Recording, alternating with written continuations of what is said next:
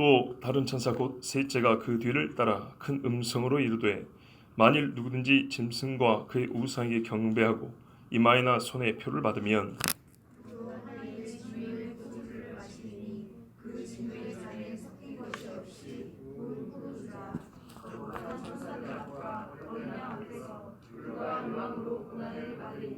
그 고난의 연기가 세세토록 올라가리로다. 짐승과 그의 우상에게 경배하고 그의 이름표를 받는 자는 누구든지 밤낮 쉼을 얻지 못하리라 하더라.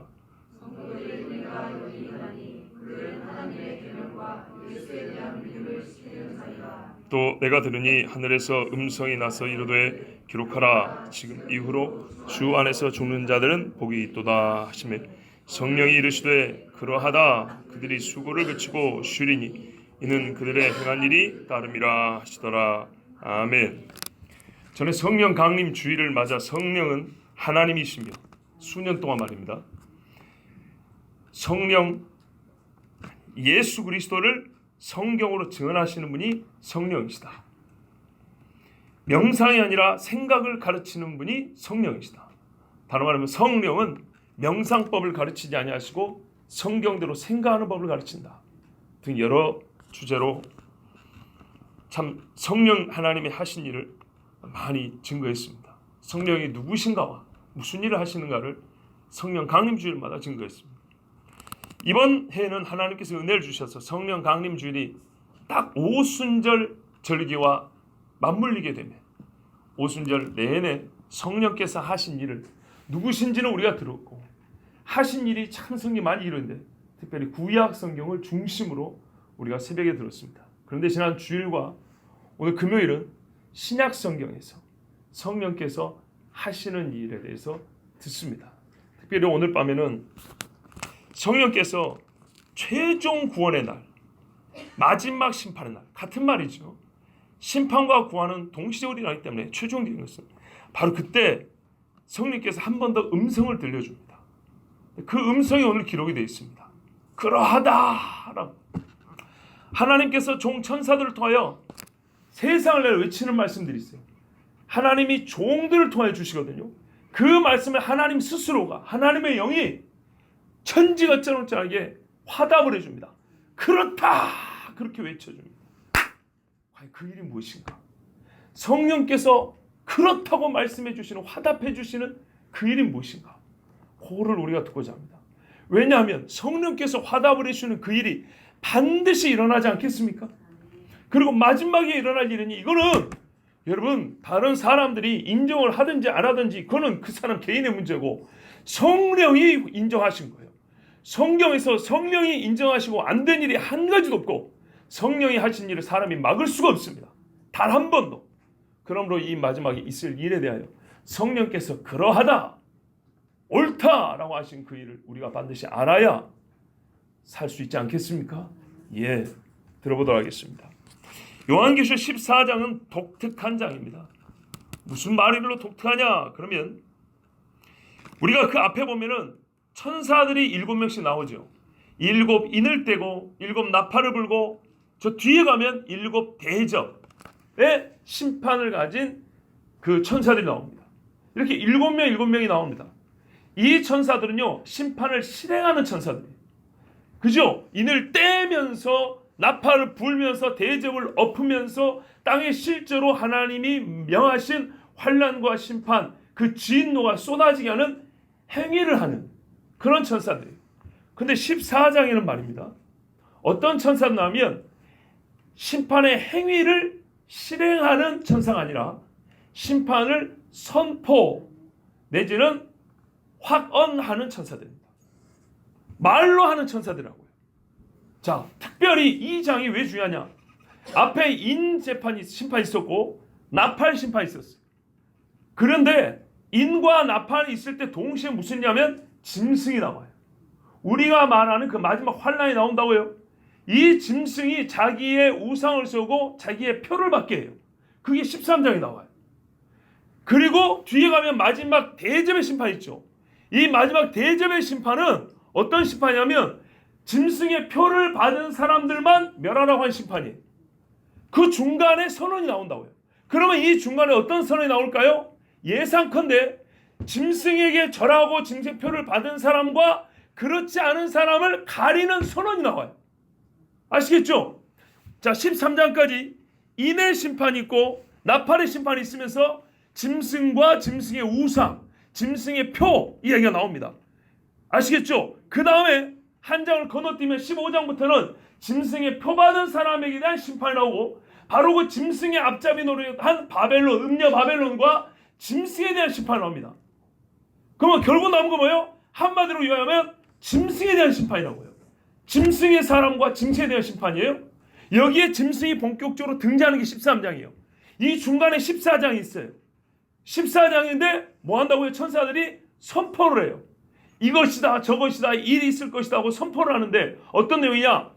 짐승이 나왔는데 이 짐승을 따른 놈하고 이 짐승을 따르지 않고 어린 양을 따른 사람은 이렇게 달라질 것이다. 이렇게 하나님께서 구별하실 것이다 라고 선포를 합니다. 그리고 15장부터 구별된 그대로 심판을 합니다. 짐승과 그의 우상에게 절하고 표를 받는 사람에게 심판이 15장부터 나옵니다. 아시겠죠? 14장이 어떤 자리에 있는지 아시겠죠? 바로 그겁니다. 그런데 이 14장에 7의 천사들이 나옵니다. 똑같이 7의 천사가 한 말은 전부 다 말하는 천사들인데 진노가 쏟아지리라라는 공통된 선포를 합니다.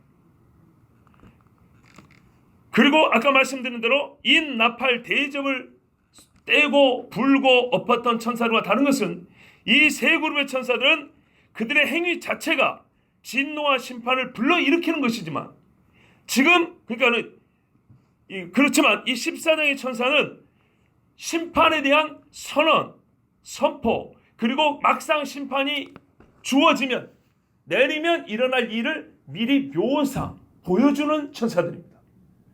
그러니까는 7명의 천사가 또 있어요. 처음 봤죠?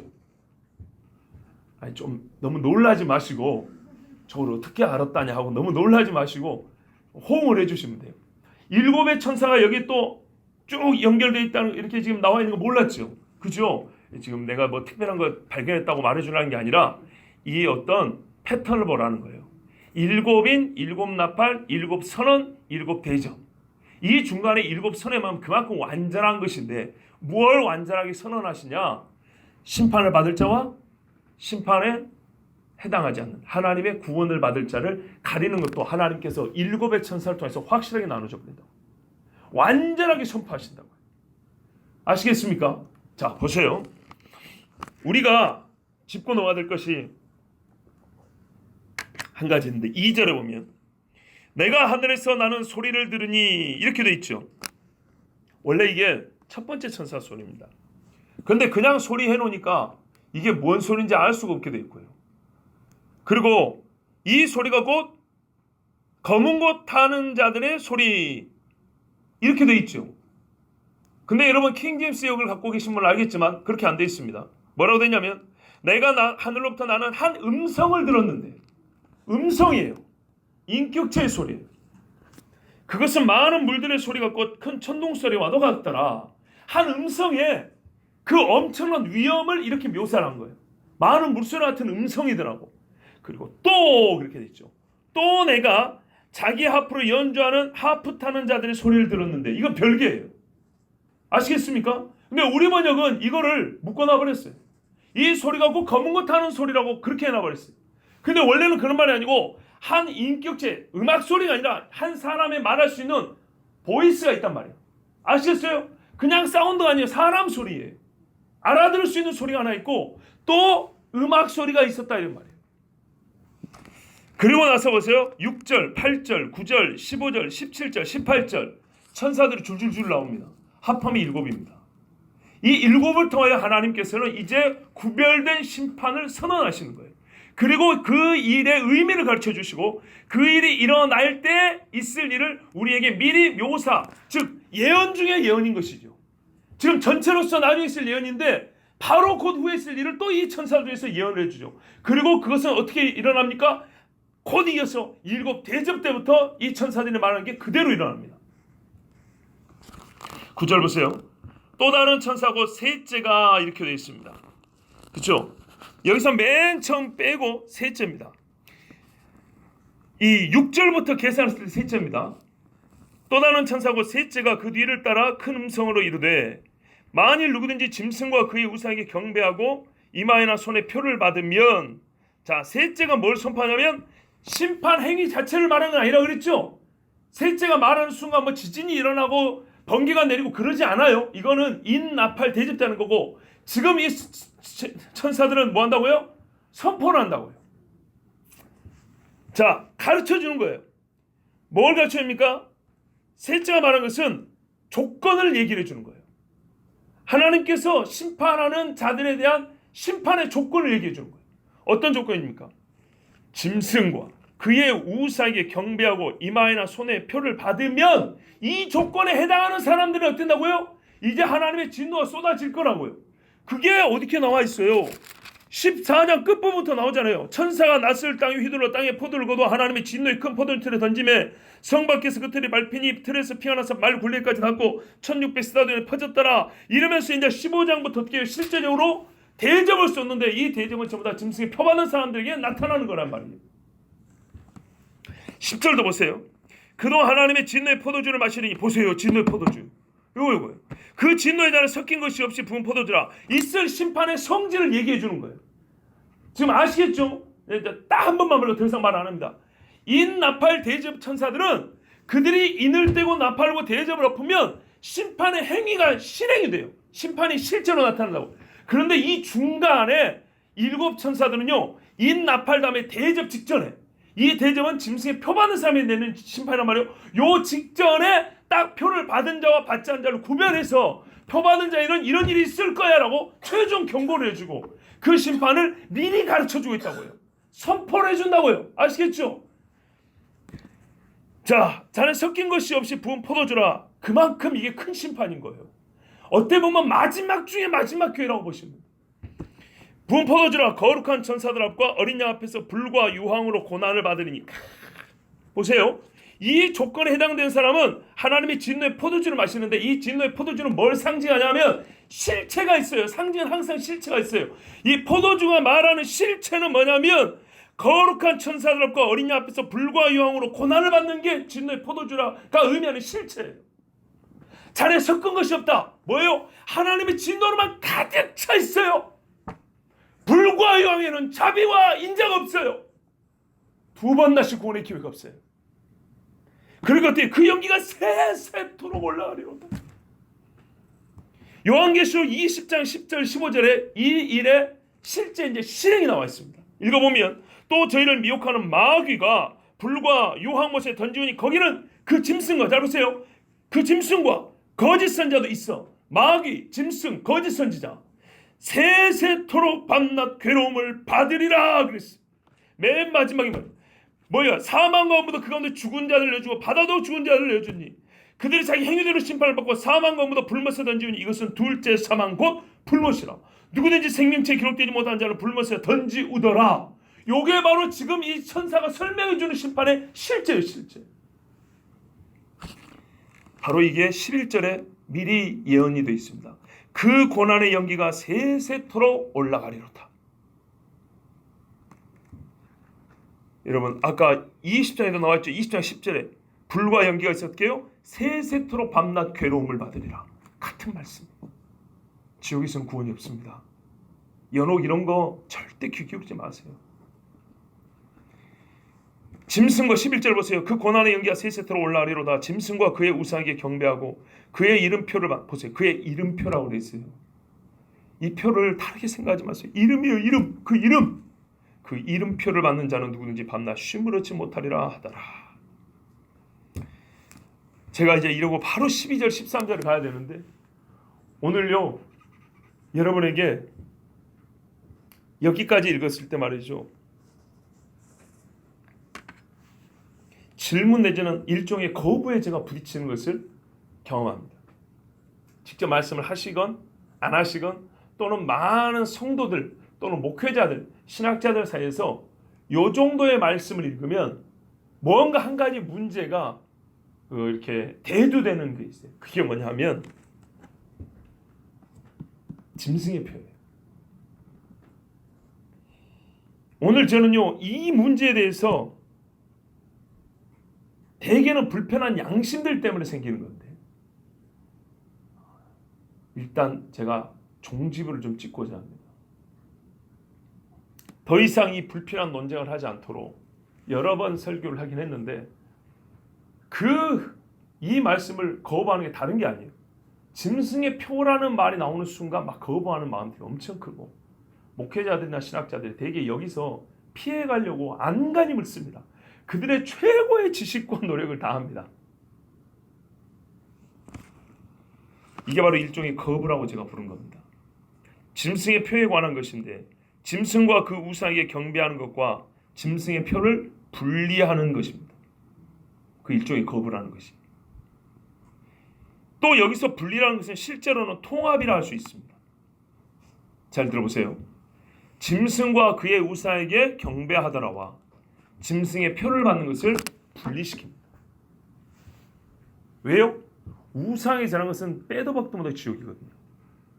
얘를 분리시켜놔야 얘에 대한 뭔가 좀 마음의 편함을 가질 수, 표에 대한 편함을 가질 수 있거든요. 그런데요, 이게 그냥 분리가 아니고 잘 보면 통합입니다. 얘를 이 속으로 집어넣어 버리는 겁니다. 무슨 말이냐? 자, 좀 쉽게 표현해 볼게요. 이렇게 말하는 경우가 있어요. 사람이 구원을 못 받는 이유는 우상을 숭배해서이지 짐승의 표를 받아서가 아니다. 짐승의 표라는 것이 따로 있는 것이 아니고 우상에게 절하고 우상을 따르는 것을 짐승의 표를 받았다, 이렇게 말한다. 성경은 우상 숭배하며 지옥 간다고 하지 짐승의 표, 그까지 표 때문에 구원을 못 받는다고 말하지 않는다. 표는 상징일 뿐이다. 이와 같은 류의 말씀들을 아마 들어보셨을 겁니다. 대개 이렇게 말합니다. 대개. 어떤 일은 아주 악질적인 마음으로, 어떤 일은 좀 몰라서 이렇게 말합니다. 이 문제에 대해서 그래서 오늘 좀 짚고 넘어갔어요. 왜냐하면 결국 이거거든요. 왜 14장이 주었냐면, 이 14장의 분리라는 뭐냐면요, 짐승의 표를 받은 자와 그렇지 않은 자의 차이를 지금 얘기하고 있거든요. 13장 마지막에 짐승의 표 이야기 나오잖아요. 여러분 14장 1절로 뭐라고 시작하는지 보세요. 14장 1절 보세요. 또 내가 보니 보라, 어린 양이 시온산에 섰고 그와 함께 14만 4천이 서 있는데 그들의 이마에는 어린 양의 이름과 그 아버지의 이름을 쓴 것이 있더라. 아시겠어요? 다시요. 그들의 이마에는 아버지와 어린 양의 이름이 있더라. 대조하여 심판을 받은 자들에게는요, 짐승의 표가 그 이마에나 손에 있더라. 이것 때문에 지금 14장이 있는 거예요. 이것 때문에. 그 분리, 이 심판의 차이를 얘기해 주려고 14장이 있는 거예요. 그러니까 이 표의 문제에 대해서 오늘 진짜 한번 반드시 제가 할 수 있는 만큼, 내가 죽어도 오늘 이 말을 꼭 해고 가야 되겠어요. 더 이상 쓸데없는 생각을 하지 않도록. 보세요, 여러분. 아까 말씀드린 대로, 아까 제가 보통 이렇게 말한다고 한 그 말, 여러분 분명히 들어봤을 겁니다. 이 말에는 우상 숭배와 짐승의 표를 받는 것이 분리되어 있고 또는 통합되어 있다는 말이 다 들어있습니다. 분리란 뜻은 짐승의 표를 받는 것을 우상 숭배나 짐승에게 절하는 것과 별개의 문제로 본다는 뜻입니다. 예적 일제시대 때 신사참마나 황거 요배, 황제가 거주하는 곳을 향한 절을 정치 행위일 뿐 종교 행위, 즉 신앙 행위와는 무관하다라는 식의 논리와 같은 겁니다. 그런데는 문법적으로 보면 기본적으로 이게 문법적으로 문맥으로 봐도 이건 분리될 수가 없는 것인데, 하여튼 이렇게 분리를 시킵니다. 즉 우리 신앙과는 무관하다고 주장하며 미혹한 일제시대의 이 썩어빠져 배도한 목회자들처럼 그렇게 말합니다. 반대로 통합이라는 말은 짐승의 표를 받는다는 것을 우상 숭배 안에 들어있는 것으로 봅니다. 이는 두 독립된 행위가 실제로는 동일한 의미를 가진다는 의미가 아니라 우상 숭배를 상징적 표현으로 말할 때 짐승의 표를 받는다고 말한다고 하는 겁니다. 무슨 말인지 아시겠어요? 자, 보세요. 통합이라는 것은 우상 숭배 행위가 따로 있고 짐승의 표를 받는 게 따로 있어요. 그런데 이게 실제로는 다른 게 아니라 하나다. 그러면 두 독립된 행위가 있지만은 성질상, 본질상 하나죠. 그러면 우리는 이 두 개를 다 배척해야 되겠죠. 그죠? 그런 의미의 통합이 아니라 우상 숭배만 있을 뿐이다. 그리고 이 우상 숭배를 상징적으로 말할 때 짐승의 표를 받는다고 한다. 아시겠죠? 이렇게 하면 이 속으로 들어가서 이게 포함되게 이게 통합이라는 얘기예요. 무슨 말인지 아시겠죠? 짐승의 표를 결국에는 독립된 하나의 배도 행위로 보지 않아요. 결국에 이렇게 보지 않아요. 이게 대부분의 목회자들이 설교하는 거예요. 그러면 분명히 성경에도 13장이나 14장이나 저 뒤에 가면 또 이마에 표 받은 이야기 또 나오는데 분명히 구분되게 얘기했을 텐데 성경은 그렇게 구분하지 않습니다. 자, 여러분, 이 말들대로 하면 실제 어떤 일이 벌어진가 하면 머지않아 짐승의 표를 받으라 강제하는 날이 올 때 교회 다니는 사람들이 이렇게 말을 할 겁니다. 짐승의 표라는 것은 매매 행위나 경제 행위를 위해서 필요한 수단일 뿐이지 우리 신앙생활과는 아무 상관없어. 집사님 그냥 받아. 편하기만 한데 뭘 그리 걱정이야. 성경이 말하는 것은 이런 표를 말하는 게 아니고 우상 숭배하는 것을 문학적으로 상징적으로 짐승의 표를 받는다고 말하는 거야. 목사님 그래서 설교했잖아. 이런 일이 벌어질 겁니다. 아니 그 논리대로 하면 이런 이야기 나오겠어요? 안 나오겠어요? 나오겠죠? 자, 여러분 보세요. 오늘 정말 내용도 많지만 너무너무 중요해요. 진짜로 중요해요. 제가 그냥 이 설교문에 쓴 대로 이렇게 무식하고 악하고 사욕을 쫓는 자들이여. 저는 앞으로 이 사람들 당신이라고 부를게요. 누군지는 모르지만 일단 당신이라고 부를게요. 그래야 이게 코 꼬집는 표현이 돼요. 짐승과 그의 우상을 경배하는 것과 그의 표, 짐승의 표를 받는 것을 분리하면 안 됩니다. 절대로 분리하면 안 됩니다. 다른 일이라 말하지 말고 짐승의 표를 받는 일은 우상에게 경배하는 일의 상징적 표현에 해당한다. 이렇게도 말하면 안 됩니다. 짐승의 표를 받는 것은 짐승에게 경배하는 것과 별개로 주어지지 않고 짐승의 표를 받은 자는 결코 짐승에게 경배하지 않을 수가 없습니다. 곧 짐승의 표를 받는 것은 단순한 경제행위나 매매행위에 국한된 것이 아니라 짐승을 숭배하고 우상에게 절하는 행위 그 자체입니다. 이게 좀 이따 이제 계속 구체적으로 이 증거가 나옵니다. 어울릴 것 같지 않은 두 행위를 붙여서 말씀할 때는 그것을 모순이라 하지 않고 그 안에 담긴 신비를 깨닫는 것이 성경을 이해하는 법인데 우리가 성경을 지금까지 그렇게 봤잖아요. 왜 어울리지 않는 이 두 개가 여기 있을 때는 모순이 아니라 신비가 있다고요. 그런데 여러분 하물며 짐승의 이름, 짐승의 표, 짐승의 우상, 짐승이 계속 반복되는데 이거 이해하기가 그렇게 어렵습니까? 이거 받아들이기가 그렇게 어렵습니까? 무슨 이게 대단한 신비라고. 모순처럼 직접 모순처럼 보이는 것도 우리는 그 신비를 깨우쳐 할 정도 수준이 됐는데 이거는 무슨 모순도 아니고 계속 짐승으로 이름만 쓰이게 나는데 왜 이거를 따로 띄워놓고 분리를 시키냐 이 말이에요. 여러분 제가 아주 상식적으로 물을게요.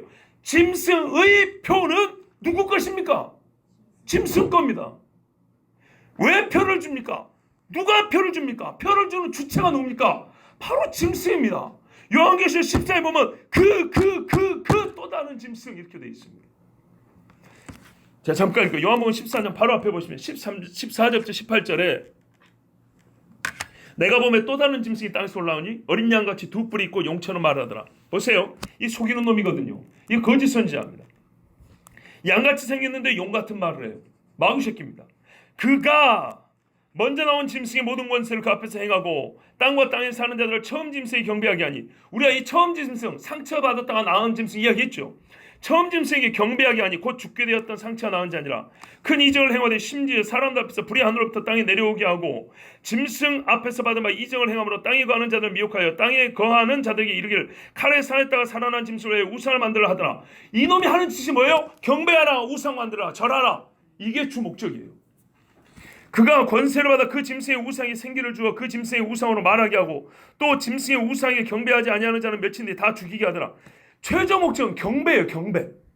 그가 모든 자고 작은 자나 큰 자나 부자나 가난한 자나 자유인이나 종들이 그 어느 사나 이마에 표를 받게 하고 누구든지 이 표를 가진 자 외에는 매매를 못하게 하니 이 표는 곧 짐승의 이름이나 그 이름의 수라. 지혜가 여기 있으니 총명한 자는 그 짐승의 수를 세어보라. 그것은 사람의 수니 그의 수는 666이니라. 그 짐승의 수고 사람의 수니까 어떤 사람이 짐승이라 이 말 아닙니까? 지금 마육신된 놈. 네, 여러분 보세요. 이 두 번째 나온 짐승이 하는 게 뭐예요? 첫 번째 짐승을 숭배하게 하는 겁니다. 그러면 여기서 요점이 뭘까요? 초점이 뭘까요? 매매를 못하게 하는 게 초점일까요? 숭배하는 게 초점일까요? 숭배를 하게 하려니까 어떻게 해요? 사람들의 먹는 거를 주는 거예요. 아시겠어요? 옛날에도 어떻게 합니까? 먹을 양식을 싹 꺼놓고 나한테 전하면 줄게? 이러면 어떻게 해요? 사람들이 다 배도한다고요. 농사를 못 짓게 하고 가진 거를 다 뺏어가고 재산을 탈취하는데 너 예수 믿어? 그럼 다 뺏어가 버린다. 예수 안 믿으면 돌려줄게. 그럼 어떻게 해요? 돌려주죠. 예수 안 믿는다면 돌려주죠. 원리적으로 똑같은 이야기예요. 문제는 뭐냐면 매매를 못하게 하는 것이 아니고요. 이 짐승은 사람들로 하여금 짐승에게 경배하게 하려고 이것을 안 하는 자들이 있을 거 아닙니까? 버티는 자들이 있을 거 아닙니까? 그러니까 그 목줄을 뺏어가는 거예요.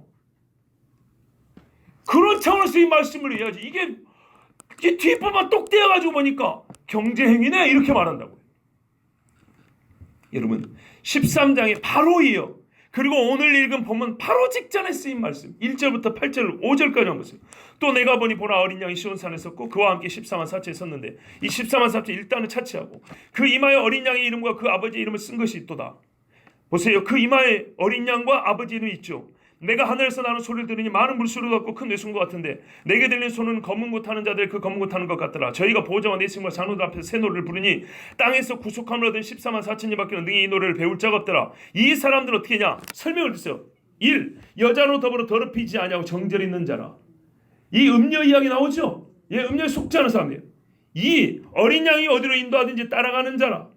3. 사람 가운데서 구속을 받아 처음 익은 열매로 하나님과 어린 양에게 속한 자들이라.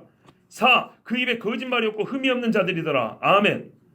자, 요 사람들과 뒤에 짐승의 표를 받은 사람을 대비합니다. 무슨 말이야? 짐승의 표를 받는 사람에는 이게 없어요. 눈씻고 찾아봐도 이것이 없다고요. 자, 이게 또 얼마 전에 좀 이따 다시 얘기할게요. 오늘 기다리면 계속 나옵니다. 너무 처음부터 궁금해하지 마세요. 자, 보세요. 어린 양의 이름과 그 아버지 이름이 이마에 쓰인 사람들이 이 앞에 나와 있어요.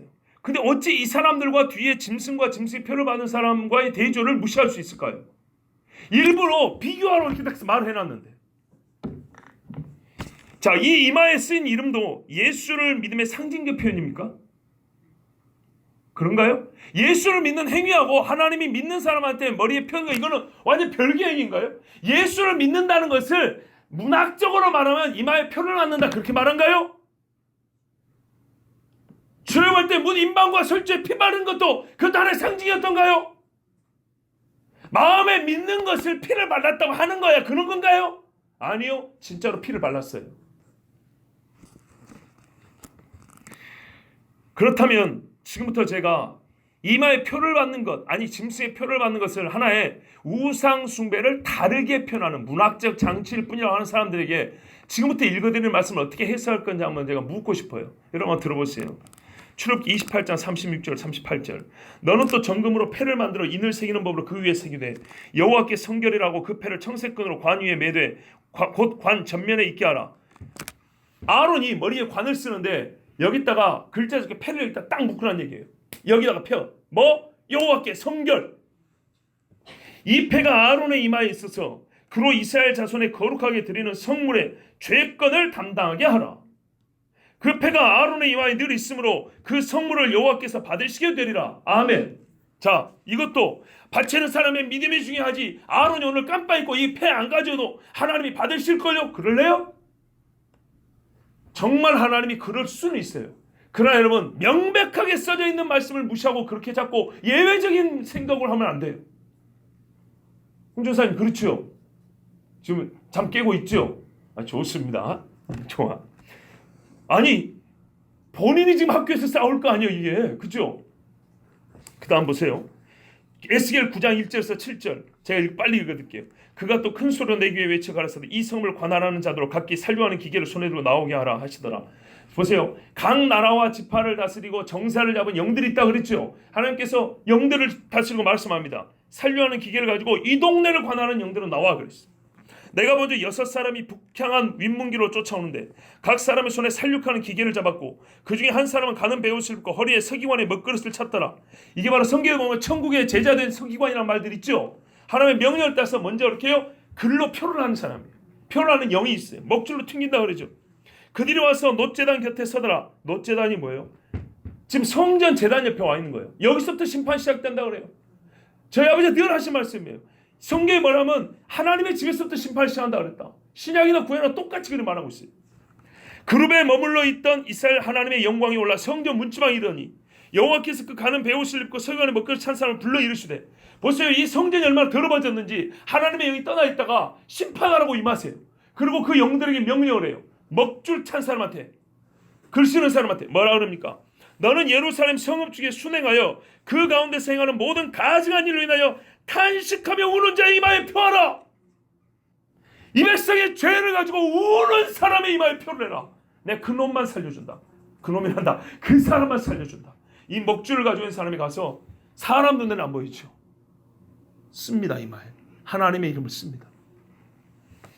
나의 듣는데 에스겔을 또 그 남은 자들에게 다섯의 영들에게 이르시되, 너희는 그 뒤를 쫓아 성읍지에 순행하며 아껴보지도 말며 긍휼을 베풀지도 말고 쳐서 늙은 자와 젊은 자와 처녀와 어린아이와 부녀를 다 죽되 이마에 표 있는 자에는 가까이 말라. 여러분, 이스라엘 유다가 다 망하고 남은 자들이 누구 있습니까? 남은 자들. 예? 예레미야를 핍박하고 예레미야 죽인다고 난리난 사람들 다 죽었어요. 내 성수에서 시작할지니라. 이게 무서운 거예요. 내 성수에서. 그래서 놋제단 옆에서 시작한 거예요. 그들이 성전 앞에 있는 늙은 자들부터 시작하더라. 그가 또 그들에게 이르시되, 너희는 성전을 더럽혀 시체로 모든 뜰에 채우라. 왜? 이가봇이야, 이가봇. 너희는 나가라 하시며 그들이 나가서 성읍주에서 치더라. 자, 이때 실제로 죽었어요. 이스라엘 백성이 결국에는 죽었어요. 이 영들이, 우리가 저번에 했잖아요. 영들이 행사하고 육체의 물리적인 실제가 일어난다 그랬죠. 영들이 이렇게 표현하고 영들이 치자. 곧 있으면 아수르 군대, 바벨론 군대 와서 싹 쳐버렸어. 요한계시록 7장 8절에 스불론 지파 외 12지파 중에 12,000여, 요셉 지파 중에 12,000여, 베냐민 지파 중에 인침을 받은 자가 12,000여. 요한계시록 9장 1절부터 6절, 다섯째 천사가 나팔을 불매 내가 보니 하늘에서 땅에 떨어진 별 하나가 있는데 저가 무정의 열쇠를 받았더라. 저가 무정행을 여니 그 구멍에서 큰 풀매 연기 같은 연기가 올라오매 해와 공기가 그 구멍의 연기로 인해 어두워지며 또 황충이 연기 가운데로부터 땅 위에 나오매 저희가 땅에 있는 전갈의 권세와 같은 권세를 받았더라. 저에게 이르시되 땅에 풀이나 푸른 것이나 각종 수목은 해하지 말고 오직 이마에 하나님의 입맞지 아니한 사람들만 해하라 하시더라. 이것도 상징입니까? 그날이 오면 알 거예요. 이게 가짜인지 진짜인지. 성경에요, 인쳤다, 머리에 이름을 썼다, 이마에 인을 쳤다는 얘기가 얼마나 많이 나오는지 아세요? 그거 싹 다 한번 상징으로 풀어보세요. 실체 없는 상징으로. 하나도 이해가 안 돼요. 그러나 그들을 죽이지는 못하게 하시고 5달 동안 괴롭게만 하게 하시는데 그 괴롭게 하면 전갈이 사람을 쏠 때 괴롭게 함과 같더라. 그날에는 사람들이 죽기를 구해도 얻지 못하고 죽고 싶으나 죽음이 저희를 피하리로다. 이마에 뭐요? 인 없는 사람들. 알아요. 그때 되면 누가 구원받은 사람이 아니지. 대번에 알아버려요. 그런데 요한계시록 9장 요 뒤에 뭐라고 나오는지 아십니까? 그러나 사람들이 회개치 아니하더라. 회개하면 될 거를. 이게 무서운 겁니다. 광야에서 보세요, 여러분. 잘 보세요. 광야에서 40년 살았어요. 광야에서 처음 하나님 앞에 범죄에 심판받고 죽은 사람이 광야 생활 몇 달 안 돼서 한 2달 돼가지고 오순절 겪었잖아요. 그죠? 6월절로 50일이면 오순절 2달도 안 됐죠. 그리고 40일쯤 지나가지고 모세가 늦게 온다고 금송아지 만들었고 섬기다가 다 죽었죠. 그죠? 그러니까 합해보면 100일도 안 된 거예요. 100일도 안 돼서 처음 3,000명이 죽었어요. 하나님 앞에 죄의 심판으로.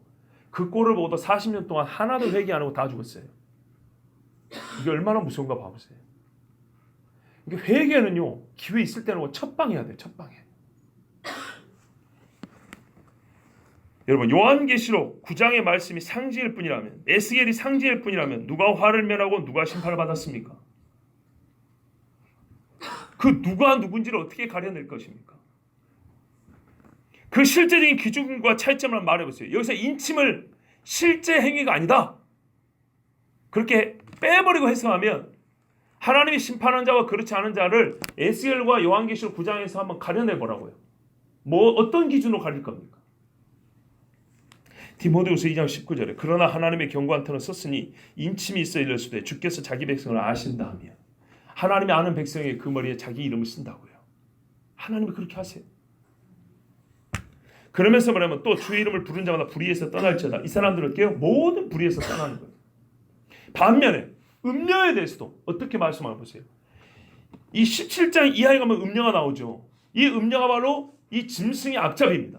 세상 모든 사람을 미혹하여 짐승에게 절하게 하는 그 행동대장 같은 게 음녀입니다. 또 일곱 대접. 자, 짐승의 표받은 자들에 대한 심판이죠. 대접은 일곱 대접을 가진 일곱 천사 중 하나가 와서 내게 말하여 그 가로되 이리오라 많은 물리 앉은 큰 음녀에 받을 심판을 내게 보이리라.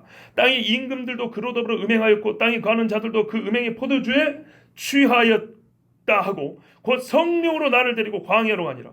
내가 보니 여자가 붉은빛 짐승을 탔는데 그 짐승의 몸에 참람된 이름들이 가득하고 일곱 머리와 열 뿔이 있으며 그 여자는 자주빛과 붉은빛 옷을 입고 금과 보석과 진주로 꾸미고 손에 금잔을 가졌는데 가증한 물건과 그의 음행의 더러운 것들이 가득하더라. 그 이마에 이름이 기록되었으니 바벨론이라 비밀이라 큰 바벨론이라 땅의 음녀들과 가증한 것들의 어미라 하였더라. 그러나 이들과 다르게 새하늘과 새 땅에 들어간 자들의 이마에는 하나님과 어린 양이 있습니다. 계시록 22장 1절 4절에 또 제가 수정같이 맑은 생명수의 강을 내게 보이니 하나님과 및 어린 양이 보좌로부터 나서 길 가운데로 흐르더라. 강 좌우에 생명나무에서 12가지 실과를 맺히되 달마다 그 실과를 맺히고 그 나무 잎사귀들은 만국을 소상히 위하여 있더라. 다시 저주가 없으며 하나님과 그 어린 양의 보좌가 그 가운데 있으리니 그의 종들이 그를 섬기며 그의 얼굴을 볼토하여 그의 이름도 저희 이마에 있으리라. 아멘. 요한계시록 22장 최종 선포예요. 최종 선언. 구원받은 자들이 영원히 어린 양의 이름이 여기에 새겨진 채로 어린 양과 함께 사는 거예요. 여호와의 인침은 이마에 있고 이는 실제입니다. 어린 양의 피가 집의 문 임방과 설주에 발라져 있는 집이 죽음을 면하고 살아남은 것과 같이 실제입니다. 마귀는 하나님을 흉내내어 하나님처럼 행하고 있음을 아셔야 됩니다. 하나님을 흉내낸 겁니다. 하나님께서 자기 백성에게 자기 이름을 새기는 것처럼 마귀 새끼가 자기 백성에게 자기 이름을 새기는 겁니다. 적 그리스도, 가장 그리스도와 유사하나 가장 주님 그리스도를 대적하는 자, 자기 백성에게 자기 이름으로 인을 치는 마귀, 그 수악한 흉계로 수많은 사람의 이마에 짐승의 이름이 새겨져 있는 모습을 상상만 해도 섬뜩하지 않습니까? 제가 목회하면서 저번에도 말씀드렸지만 제일 염려되는 것, 믿지 않는 집 장례식 치는 것보다 더 힘든 것. 교인들 중에 반은 짐승의 표를 받아오고 반은 안 받아왔을 때 어떻게 설교할 거냐. 짐승의 표를 받고 아까 말한 사람처럼 여전히 나는 하나님 믿거든요. 나는 예수님이 나를 구원할 줄 믿어요. 이런 사람도 있을 것인데 한편에서는 굶어 죽더라도 내가 안 받으리라 이런 결연한 신도가 있을 것인데 내가 그 둘을 놓고 어떻게 설교할까요? 교회를 가를까요? 그럼 교회 재산 이거 반쪽해집니까? 솔로몬의 재판처럼 칼 가다가 교회 그냥 뚝 반 잘라가 됩니까? 그거 안 되거든요. 교회가 뒤죽박죽 날려야 되고 모일 때마다 싸움이 나고 이 배도자야 이 외식자야 서로 치고받고 여러분 섬뜩하지 않습니까? 소위 그 킹스맨이라는 영화에서 나온 것처럼 교인들끼리 서로 총 쏘고 칼 찌르고 피가 난자한 그런 곳이 되지 말란 법 있을까요? 무서운 일입니다. 그래도 이렇게 말하고 싶은 사람들이 있습니다. 성경은 우상 숭배하면 지옥 간다고 하지 표를 받으면 지옥 간다고 하지 않습니다. 이렇게 말하는 사람들이 있더라고요. 제가 묻고 싶어요. 이런 눈이 없냐? 눈이 있으면 좀 보라. 성경에 약간 뭐라 했어요? 짐승의 표를 받은 자들을 불못에 던져 분명히 돼 있죠. 눈이 없냐고요. 참말로 이렇게 반성경적일 수가 있을까요? 분명히 짐승의 표를 받은 자면 하나님의 진의 포도에 던져버린다 했지 않습니까? 정말로 이 사람들이 상징 운운하는 괴배는 분쇄되었으니까 더 이상 그런 소리 하지 마라 그랬어요. 그리고 그 사람들만 틀렸어요. 어떤 면에서 또 틀렸냐? 성경은 우상 숭배뿐만 아니라 도둑질해도 지옥이요, 간음해도 지옥이요, 유황 뿌리고 살인을 해도 불못이라고 말씀합니다. 누가 우상 숭배만 지옥이라 그랬나요? 아주 웃기는 사람들이에요. 계시록 20장 15절에 개들과 술객들과 행음자들과 살인자들과 우상 숭배자들과 및 거짓말을 좋아하며 지어내는 자마다 성 밖에 있으리라. 마태복음 7장 23절에 그때 내가 저에게 밝히 말하되 내가 너희를 도무지 알지 못하니 불법을 행하는 자들한테 있어 떠나가라 하리라. 요한 1서에 불법은 율법을 어김이요. 부모를 공경하지 않아도 어떻게 해요? 불못이요. 거짓 증거해도 뭐요? 유황 불못이요. 누가 우상 숭배하는 자면 지옥 간다 그랬어요. 이 짐승의 표를 부인하려고 보니까 우상 숭배하면 지옥 간다 그랬지 이렇게 괴배를 넣어놓는다고요. 떼어놔야 되니까. 무슨 말인지 아시겠죠? 마태복음 13장 40절 42절에 그런즉 가라지를 거두어 불에 사르는 것 같이 세상 끝에도 그러하리라. 인자가 그 천사들을 보내리니 저희가 그날에서는 모든 넘어지게 하는 것과 또 불법을 행하는 자들 거두어내어 풀무불에 던져 넣으리니 거기서 울며 일간이 있으리라. 누가복음에 말하려 좁은 문으로 들어가기를 힘쓰라. 그래, 좁은 문으로 들어간 것이 우상 숭배 안 하는 것만 얘기하는 겁니까? 모든 이 세상의 세속적인 걸 버리고 하나님의 말씀 지키는 전체적인 아까 말한 흠이 없이, 점과 티가 흠이 없이 어린아이 가는 길을 따라가는 자들이라. 그렇지 않으면 지옥이에요. 문을 두드리며 열어주소서, 열어주소서. 나는 너희가 어디서 온지 알지 모른다. 얼마나 무섭습니까, 여러분? 행악하는 모든 자들아, 나를 떠나가라. 아브라함과 이삭과 야곱과 모든 선지자는 하나님 나라에 있고 오직 너희는 밖에 쫓겨난 것을 볼 때 거기서 슬피 울며 이를 갈리라. 디모데전서 6장 9절 10절에 부활해 하는 자들은 시험과 올무와 여러 가지 어리석고 해로운 정욕에 떨어지나니 곧 사람으로 침륜과 멸망에 빠져야 하는 것이라. 돈을 사람의 일만하게 뿌리가 되나니 이것을 사모하는 자들의 미혹을 받아 믿음에서 떠나 많은 근심으로 자기를 찔렀도다.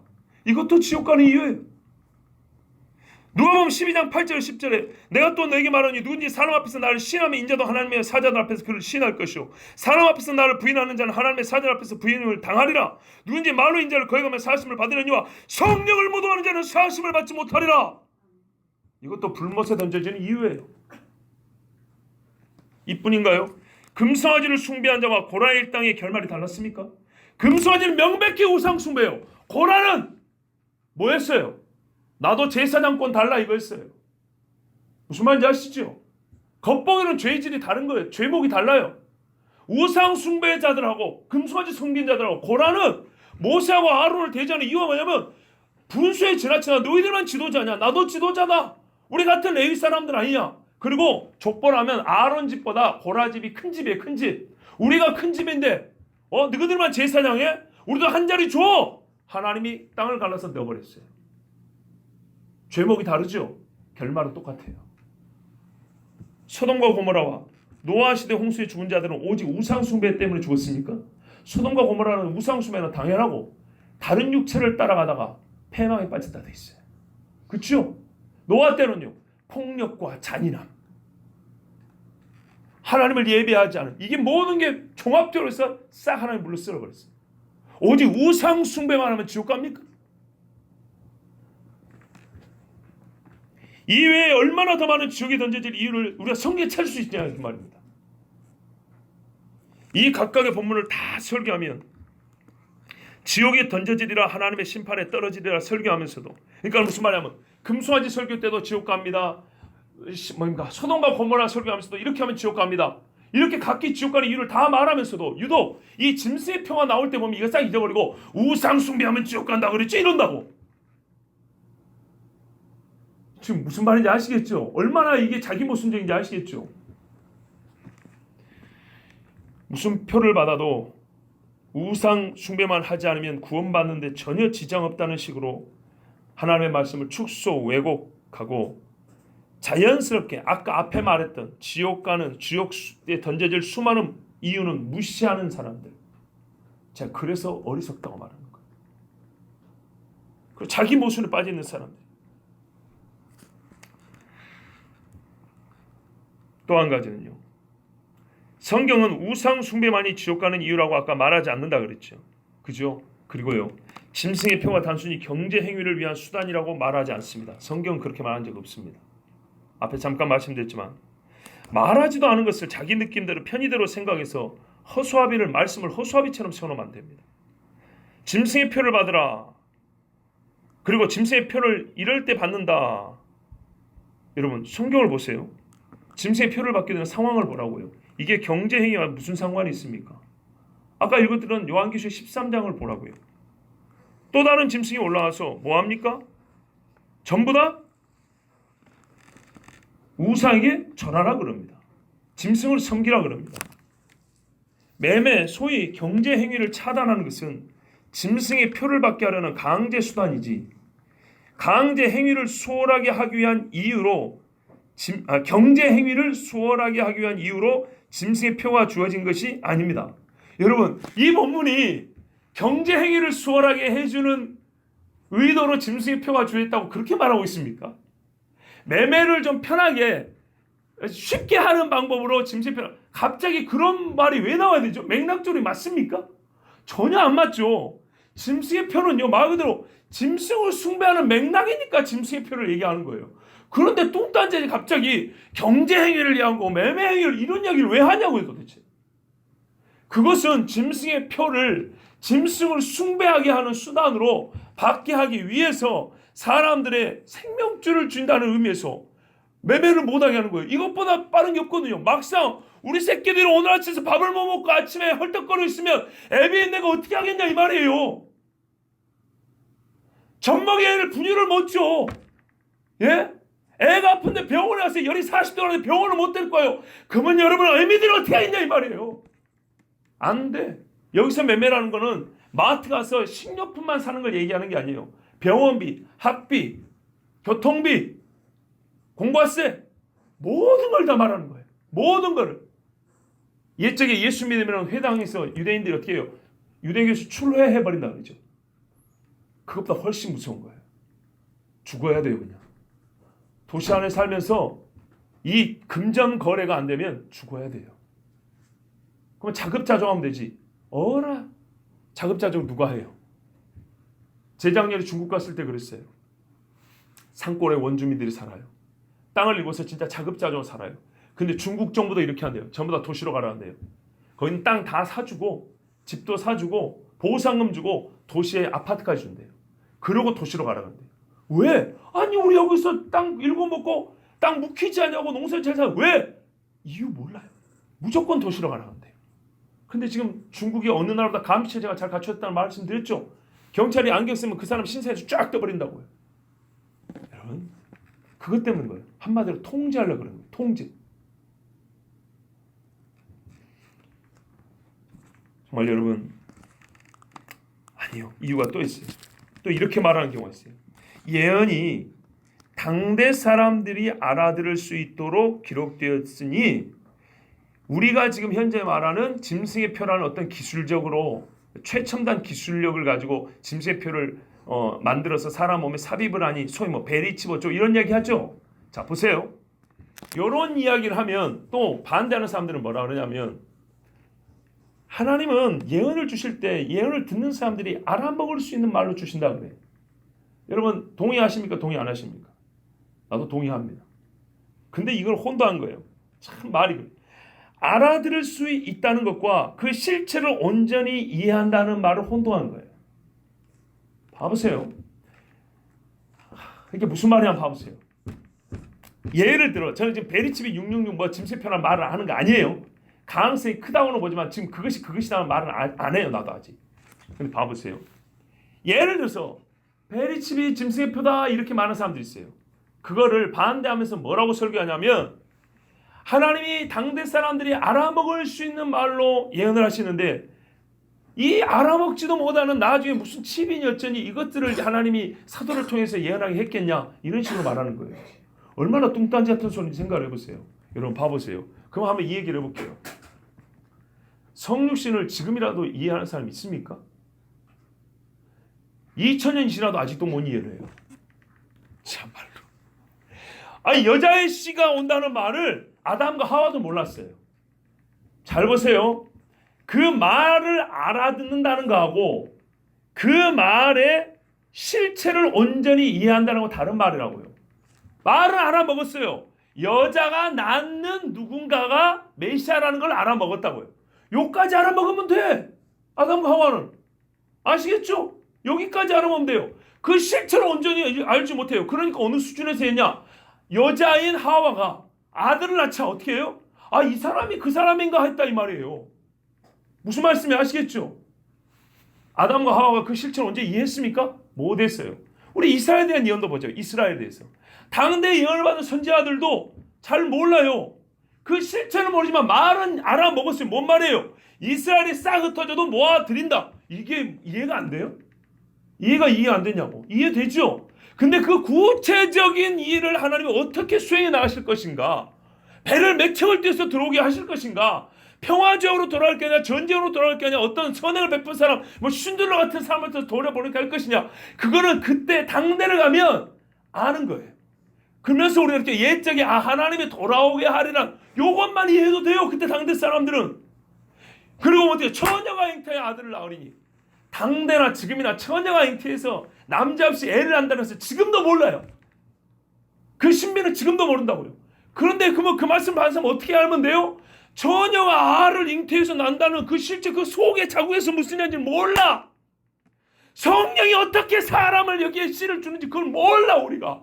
근데 우리가 알아들을 수 있는 말이 뭐예요? 여자가 남자 없이 애를 가진다. 못하는 것은 못 있어요. 이거 알아먹으면 된다고요. 이해되십니까? 짐승의 표를 준다는 말을 어떻게 맺는?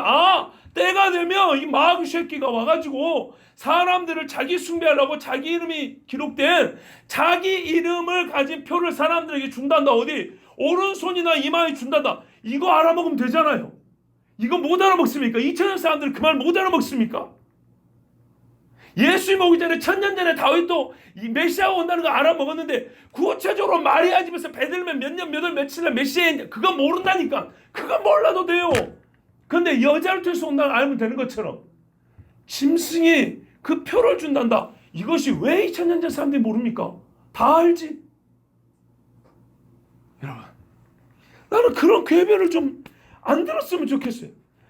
아니 그러면 생각해보세요. 짐승의 침이란 말은 없어. 미쳐버리겠어 그냥. 짐승의 베리칩이란 말은 없어. 얘 베리칩이 됐던 파자티비 칩이 됐던 아이디 칩이 됐던 뭐 별의별 힐링 칩이 됐던 뭐 다 좋아요. 힐링이 아니고 뭐지? 치료할 때? 하여튼 뭐 치료하는 칩이 뭐 이렇게 붙이기도 해. 이름은 다양해요. 그러니까 그 이름에 너무 집착하지 마세요. 내용은 실질을 봐야 돼. 자, 그러면 여러분, 내가 하나 예를 들어볼게요. 형균아, 그래서 네가 총하고 제일 가까우니까 그날 가까이 있었으니까 누가 머리 딱 총 대고 말했어. 예수 믿으면 대갈통에 구멍 내 죽었어. 예수 안 믿으면 걷어 죽었어. 어떻게 하겠어? 라고 물을 때, 여러분, 우리가 옆에서 형균아, 천국 가서 보자. 예수님 부인하면 안 돼. 그랬더니 옆에 있는 어떤 사람이 괜찮아 형균아, 성경에 총이라는 말은 없어. 칼이 있고 뭐 목뱀이 있는 거인데 네 목이 지금 칼이 아니잖아. 총이잖아. 야 총으로 숨겨 이런 말은 없어. 야 괜찮아? 그 아무렇지도 않아. 이런 바보 같은 소리 할 사람 손 들어보세요. 꼭 짐승의 표는 그런 식으로 말을 하더라고요. 없는 거를 찾아내요. 그 실질적인 원리와 패턴을 말하는 게 아니고 단어 하나 없는 거를 찾아내서 부정하죠. 왜? 그만큼 무서우니까 하는 얘기예요. 그만큼 성도들에게 뭔가 안심을 주고 싶은 이 인간의 욕심 때문에 사도행전을 말해요. 2번이나 반복해 사도 베드로 요한이 하나님께 받은 것을 전하지 않을 수가 없다. 사람을 기쁘게 하랴 하나님을 기쁘게 하랴. 하나님을 두려워하랴 사람을 두려워하랴. 베드로가 항상 이 말을 하고 대제사장들과 관원들 앞을 떠납니다. 똑같은 말을 하고. 여러분, 칼과 총은 수단일 뿐입니다. 동일 원리잖아요. 예수를 부인하게 만드는 것이다. 그렇죠? 그러면 마귀는 갈수록 어떻게 해요? 절대 사람들이 피해갈 수 없는 방법을 고안해낸다고. 총칼 다 써봤어요. 안 되더라고. 그죠? 화약이 발명되기 전에는 막 돌로 찍어보고 막 톱으로 썰어보고 칼로 해보고 별짓걸 다 해봤는데 안 돼요. 화약이 나오니까 총을 해보고 대포를 해보고 막 미사일로 쏴버리고 막 온 짓을 하는데 안 돼. 그죠? 깨달았어요. 뭐요? 교묘하게 하는 거예요. 지금도 보세요. 일이 일어나기 전에 벌써 교묘한 말들이 먼저 돌아다녀요. 어지럽게. 그리고 최종적으로는 먹는 거예요. 먹는 거. 자급자족하지 못하는 생활의 시스템을 만들어 놓고 돈을 전부 다 현금 내지 옛날에 금을 갖고 다녔죠.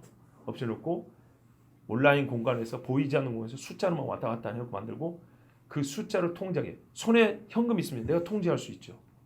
그죠? 내가 금을 갖고 있으면요. 옛날에 그러거든요. 경제가 어려울수록 금을 모으라 그랬죠. 그 이유가 다 있어요. 경제학적으로. 근데 지금은요. 뭐라 그래요? 전부 다 맡겨놓으세요. 그리고 당신은 숫자만 갖고 있으면 돼요. 숫자만. 옛날에는 차용증 같은 것도 있어요. 요즘은 그 카드 하나 갖고 있죠. 그마저도 어떻게 해요? 몸에다가 숫자만 넣어놓는다고요. 광선쬐면은 딱 나올 수 있게. 솔직히 말해서 숫자일 뿐이지 그 어떤 것도 실물이 없어요. 나에게. 이해되시죠? 그런 사람은 바로 통제를 당하게 돼 있어요. 이런 시스템 하에서 짐승에게 경배하라면 아무것도 못하는데 짐승에게 경배하는 것 그 표하고 아무 상관없어. 그리고 야 그거 뭐 그 이름이 뭐라더라 무슨 칩이라 야 그거 성경 없잖아. 정말 그런 분들은 한 대 맞아야 돼. 그냥 팍 맞아야 돼. 정신 차리게. 여러분 다시 말하지만 예수 그리스도에 관한 예언이 구약 성경에 얼마나 많이 있습니까? 출생과 사역과 고난과 부활과 재림에 관하여 구약 성경에 얼마나 많이 예언이 있습니까? 그걸 선지자들이 그 실체를 다 봤습니까? 다 온전히 이해를 했습니까? 아니요. 그래도 자기가 하는 말을 상식 수준에서 받아들이고 충분했어요. 아, 불 가운데 온단다. 불 가운데 온다는 말을 꼭 그걸 현장에서 실제로 이게 파란불인지 노란불인지 빨간불인지 봐야 됩니까? 그거 아니라고요. 보세요. 또 예언이죠. 성경의 예언이 어디까지 예언되어 있죠? 마지막까지 예언되어 있죠. 그러면 지금 보세요. 여러분이 제가 지금 현재로서는 인류의 최 끄트머리입니다. 끄트머리. 근데 아직까지 주님이 안 왔죠. 아직까지 주님이 안 왔다는 것은 우리 기준으로 봤을 때도 우리 다음에 지금 이 시간 이후에 주님이 온다는 얘기죠. 지금 말하고 있는 이 순간도 역사로는 제일 끄트머리입니다. 끄트머리. 그죠? 오늘이 2019년 6월 14일 지금 10시 13분이고 좀 있으면 14분 되고 우리는 아직 14분이 안 돼. 13분. 이제 13분 되지. 14분이 제일 끄트머리죠. 근데 주님이 오늘 안 오시면 15일, 16일 넘어갈 수 있어요. 자, 그러면 보세요. 우리 주님이 어떻게 예언해놨냐면 마지막을 예언했어요. 근데 우리조차도 아직 마지막을 경험하지 못했어요. 우리조차도 아직 마지막을 경험하지 못했는데 보세요. 지난 2000년 동안 얼마나 많은 변화가 있었는가 봐보세요. 엄청난 변화가 있었죠. 그죠? 어마어마한 변화가 있는데 성경은 어떻게 됐어요? 마지막에 기록이 되어 있어요. 우리도 아직 다 겪어보지 못한 변화가 아직도 남아있는데 그 변화의 끄트머리를 성경이 기록해놨어요. 그거를 그림 그리듯이 묘사한 게 아니라 하나님의 영의 관점에서 설명을 해놨어요. 그리고 그날이 오면 그거를 이해할 수 있도록 그리고 그 예언을 받았던 2000년 전 사람들은 그 실체를 다 눈으로 보지 못하도 상식 수준에서 알아들을 수 있는 말로 충분히 아 그날은 무섭구나. 그날에 하나님께서 이렇게 심판하시는구나. 이렇게 가르는구나. 충분히 다 알아먹을 수 있었고 준비할 수 있었어요. 그런데 마치 예언을 줄 때 그 시대를 무시하고 예언을 받은 사람이 예언이 성취되는 시대 사람들이 경험할 일을 고스란히 다 알아야 여러분 그러니까 2000년에 가스레인지 없었잖아요. 예언을 할 때 가스에서 불이 나온다는 얘기를 했다 치자고요. 예를 들어 그러면은 이 예언을 받은 사람이 실제로 가스레인지를 봐야 이걸 이해했다고 말하면 안 된다 이 말입니다. 아시겠죠? 지금 우리가 나무를 떼지만 뭔가 바람인데 불을 일으키는 바람이 있는가 보다. 요즘에 나무를 떼우면서 불이 일어나는 것처럼 요 정도만 이해해도 충분하다 이 말입니다. 그 예언을 받은 사람이 다 이해할 수 있게 줬다는 얘기가 진짜로 가스레인지를 보여주고 막 자동차를 막 보여주고 막 비행기를 보여주고 이래야 그걸 다 이해한다는 얘기가 아니에요. 예를 성경에 예를 들어서 훗날에는 사람들이 날아다닐 것이며 이렇게만 얘기를 해도 아 지금은 우리가 못 알아요. 어떤 메커니즘에 의해서 사람이 나는지 몰라요. 그런데 뭘 알면 돼요? 훗날에는 날아다니는 때가 온단다. 이것만 가지고도 충분히 이해할 수 있고 준비할 수 있다 이 말입니다. 그러니까 여러분 근데 제가 왜 이렇게 복잡한 말을 하냐. 다른 말씀은 다 그렇게 이해하더라고요. 다른 말씀은 다 이렇게 해석하는데 짐승의 표 나오는 부분만 부정하려고 평상시 안 쓰던 요상한 해석법을 억지로 부리고 쓰더라고요. 요것만 빼내고 싶어가지고. 주여. 여러분 그리고요. 베리칩에 관해서 저는 그게 지금 짐승의 표라고 확정하지 않습니다. 그런데 양심적인 설교자는 어떻게 말해야 되냐면 이렇게 말해야 돼요. 베리칩은 아직 짐승의 표가 아닙니다. 왜냐하면 짐승의 표는 기술력으로만 짐승의 표라고 붙여진 게 아니라 읽은 대로 상황 조건이 있어요. 짐승이 올라오고 상처를 받았다가 나았고 그리고 우상이 만들어지면서 그 우상에 절하라 할 때 사람들이 이를 강제하기 위해서 주는 거예요. 안 그러면은 그렇게 동시에 뭐예요? 강제할 때 이 짐승에 절하는 사람만 경제 행위를 할 수 있도록 이 표를 줍니다라고 이런 식으로 이게 같이 맞물려 가는 거예요. 물론 준비 자금이 있을 수 있어요. 왜? 기술이라는 것이 오늘 갑자기 뚝딱 나오는 게 아니기 때문에, 그리고 이 사회적인 시스템과 체계가 하루아침에 만들어지는 건 아니기 때문에 수년 내지 수십 년 동안 준비가 될 수 있어요. 그거는 우리가 충분히 이해할 수 있죠. 자, 그러면 여러분 이렇게 봐야 되죠. 성경에 보니까 이리 되더라. 짐승의 표가 이름과 수가 그 짐승의 표라는 데는 속에 들어있다 하더라. 그리고 이거를 오른손이나 이마에다 한다네. 그러면 여러분 우리가 그 실체를 확인할 수 있는 그 증거들이 성경에 많이 나와 있잖아요. 그죠? 근데 지금까지 인류 역사상 이런 거 한 번도 없었어요. 이런 게 없었다고요. 특별히 우리 번역에는 손 위에, 이마 위에인데 500년 전에 번역은 어떻게 돼 있다고요? 예, 400년 전입니다. 거기는 400년, 500년도 마찬가지예요. 그랬다, 인. 손 안에, 오른손 안에나 이마 안에. 와, 기술도 안 되는데 왜 그렇게 번역을 하냐면 솔직히 원문이 그걸 가리키기 때문입니다. 그냥 위에 도장 찍는 게 아니고 피부 속에다 집어넣는다는 거예요.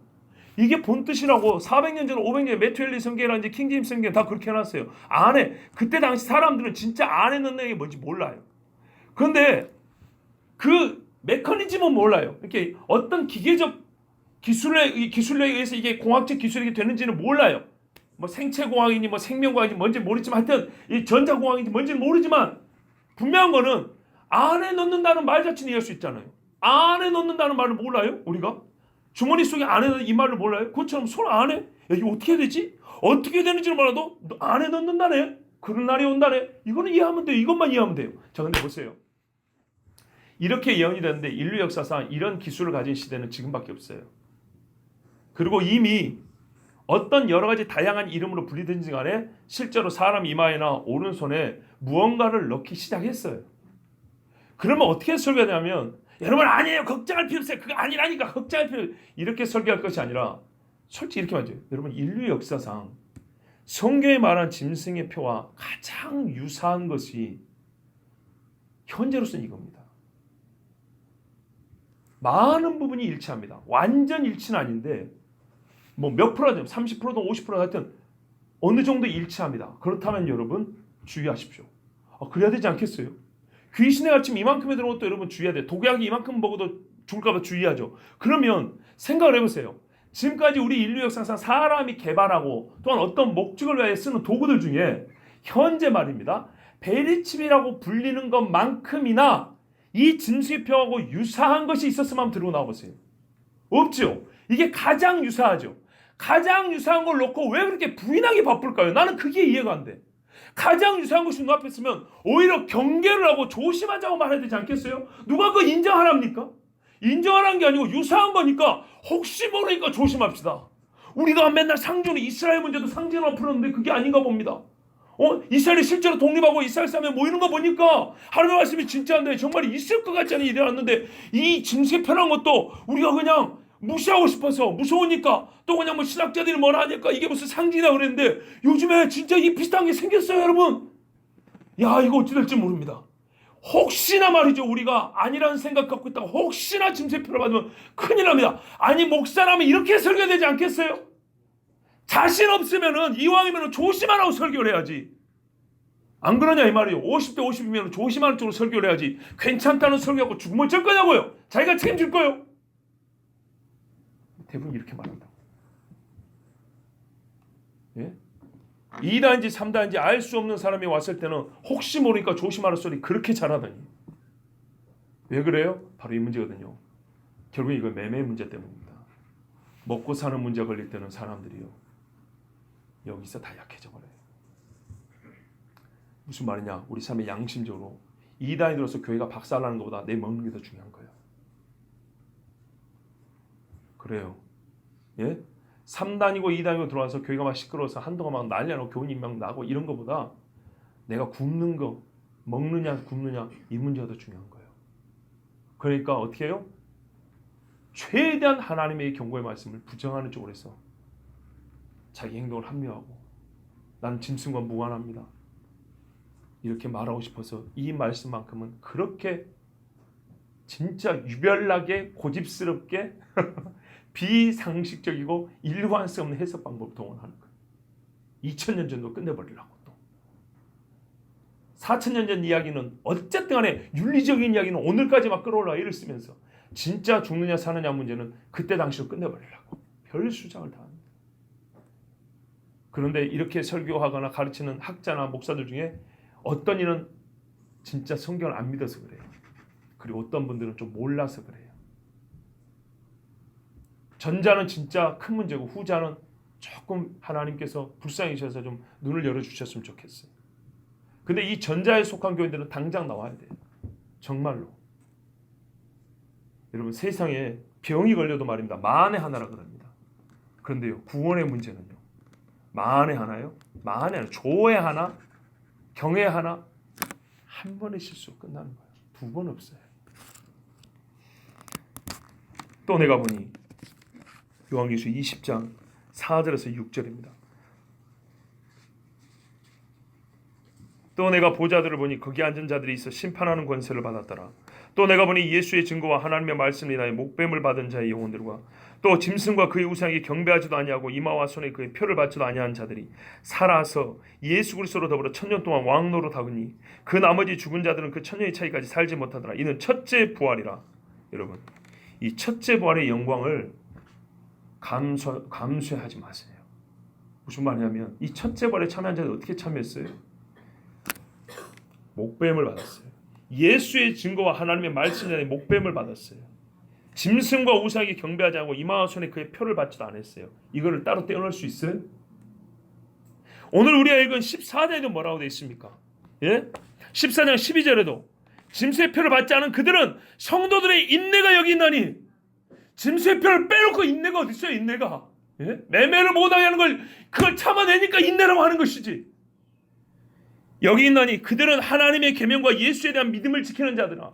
여러분 짐승의 표를 받지 않은 사람은 이렇게 성도들의 인내, 하나님의 계명과 예수에 대한 믿음을 지킨 자, 똑같은 사람을 요한계시록 20장에 최종적으로 하나님의 나라로 드릴 때 뭐래요?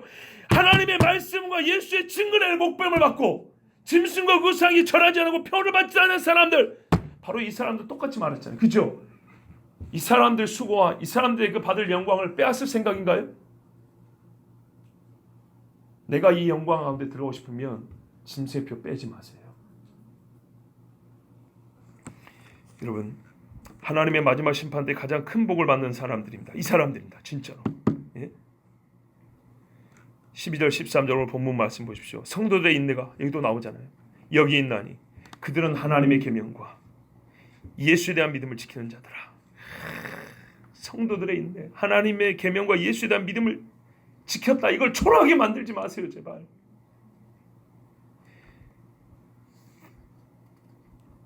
가장 위대한 행위를 무의미하게 만들지 말고 하나님 말씀 그대로 받으시면 됩니다.